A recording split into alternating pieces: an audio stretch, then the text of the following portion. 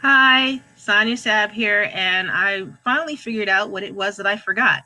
And I actually didn't realize it was connected. So we learned some things together, and here we go. We are talking about how to make your studio assignments, which I did talk to you about, but I remember now how to publish them. So when you go into Studio from your home page, which should open any second, it will bring you to your studio section and it will show all other drafts. It'll first take you into your draft section.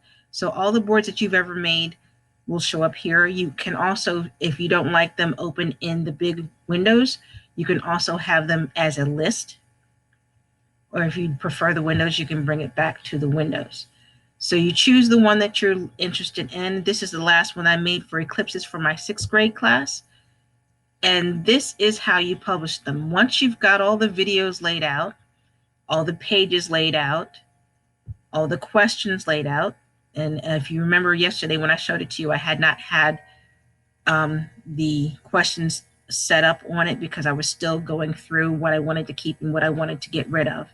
So I've got my 2 videos, I've got my questions laid out.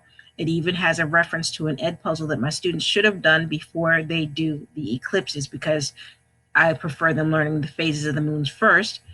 Once I've got all that done, sharing is actually publishing. It's as easy as that. Now, the hard part about sharing is remembering what you should look up. I showed you that I shared it to Miss Nuss because she was one of the first people I discovered on Discovery.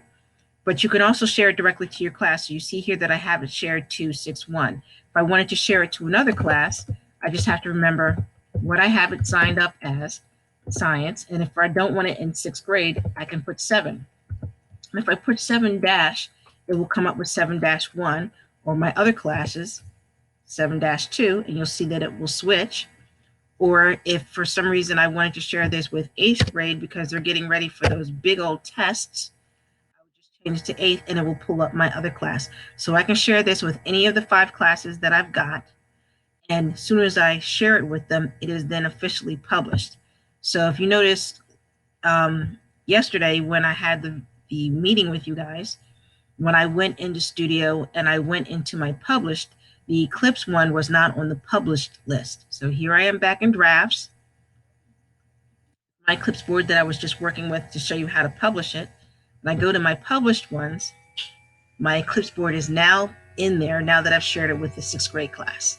So that is how you publish your presentations. If I open it up, I can then, once it's published, I can then assign it to that class. And I've actually already done that, but I will run through it again so you can see how you do it. How do you assign?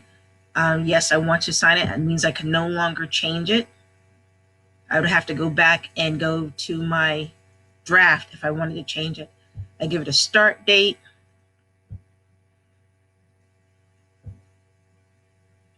Let's say I wanted to start the 10th, and then a due date.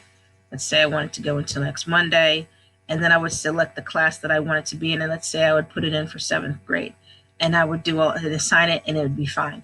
Now, since I don't actually want to do that, I'm going to cut out of that so that it doesn't actually go to my 7th grade class.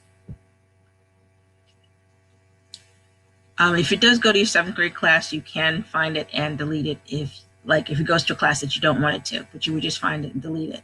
And you'll see that if I open it up, I've got all the information here. If I want to take this test and share it, I just hit the share button and then I copy the link that is up on the screen.